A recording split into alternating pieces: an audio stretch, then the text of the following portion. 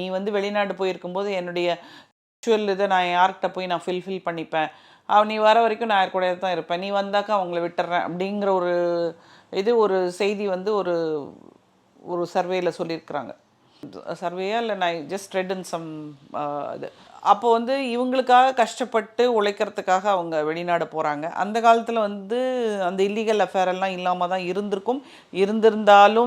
இருந்திருக்கவே இருந்திருக்காருன்னு சொல்ல முடியாது. இருந்திருந்தாலும் தலைமறைன்னு சொல்லுவாங்க. இந்த மாதிரி அது வந்து இருந்திருக்கலாம். பட் ஆனால் வந்து தனக்காக தன் குடும்பத்துக்காக பணம் ஈட்ட வெளிநாடு போயிருக்கிறாங்க, இல்லை ஒரு இராணுவத்தில் போயிருக்கிறாங்க. அப்படிங்கும்போது இவங்க வந்து தன்னுடைய குழந்தைகளை நலன் கருதி அவங்களுடைய வருங்காலத்தை முன்னிட்டு இவங்க கூட்டு குடும்பமாக இருக்கும்போது இந்த விஷயங்களுக்கான ஆப்பர்ச்சுனிட்டிஸ் கம்மியாக இருந்தது. இப்போது இண்டிவிஜுவலாக தனி வீட்டில் இருக்கும்போது ஆப்பர்ச்சுனிட்டிஸ் ஆர் வைட் ஓப்பன்.